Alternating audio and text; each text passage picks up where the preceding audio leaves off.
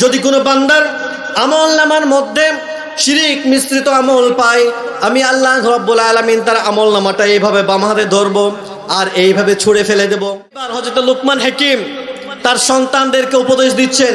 প্রথম উপদেশ, ইয়া বুনাইয়া লা তুশরিক বিল্লাহ ইন্নাশ শিরকা লাযুলমুন আযীম।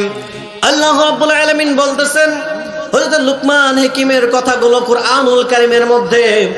হযরত লুকমান হাকিম তার সন্তানদেরকে ডাক দিয়ে বলতেছেন ইয়া বুনাইয়া, তার সন্তানদেরকে ডাক দিয়ে বলতেছেন মোহাব্বত ভরা কণ্ঠে, দরদ মাখিয়ে, ইয়া বুনাইয়া, ও আমার কলিজার টুকরা সন্তান। দেখেন দাওয়াতের টেকনিক কি, এটা আমাদেরকে আল্লাহ রাব্বুল আলামিন শিখাচ্ছেন।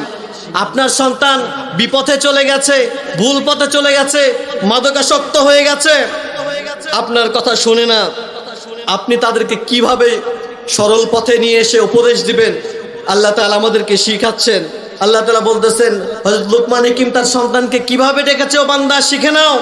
লুকমান হাকিম বলতেছেন ইয়া বুনাইয়া, হে আমার সন্তান, হে আমার প্রিয় বৎস, হে আমার কলিজার টুকরা, নয়নের পুতিনি, একটু শোনো, তোমাদেরকে কিছু উপদেশ দিতে চাই।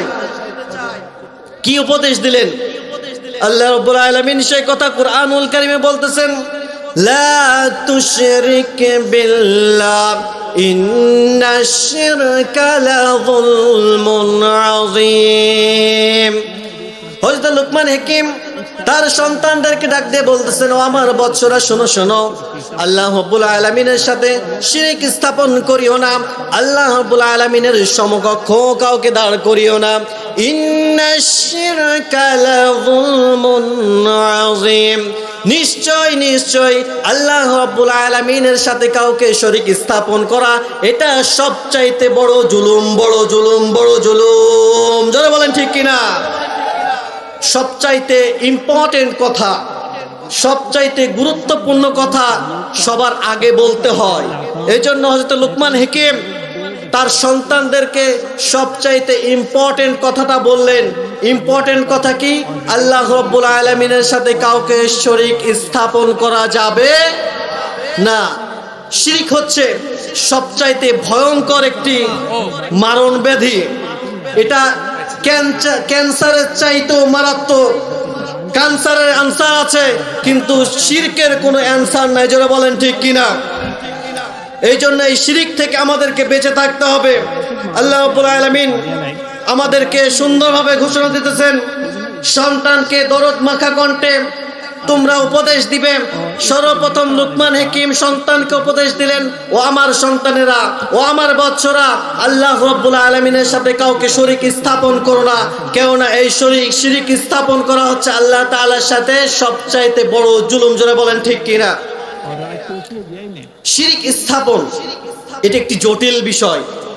যদি আমরা কেউ এই বিষয়টা গুরুত্ব দেই না, কোন বান্দার আমল নামায় কাল কিয়ামতের দিন যদি শিরক মিশ্রিত আমল থাকে, আল্লাহ রাব্বুল আলামিন বলতেছেন, ক্বাদ আলিমনা মা আমালু মিন আমালিন ফাজআলনাহু হাবাআম মানসুরা।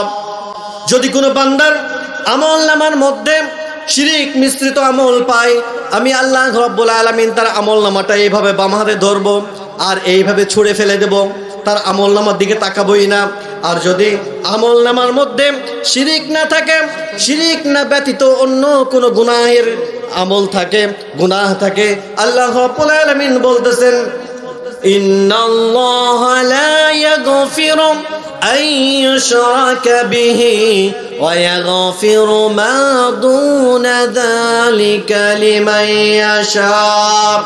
আমার বান্দার আমল নামার মধ্যে শিরক ব্যতীত অন্য যে কোনো গুনাহ যদি থাকে, আমি আল্লাহ রাব্বুল আলামিন চাইলে ওই বান্দার ওই আমল নামার ওই গুনাহটা মাফ করে দিতে পারি। জোরে পড়ুন সুবহানাল্লাহ। তাহলে শিরক স্থাপন করা যাবে? শিরক স্থাপন করা যাবে?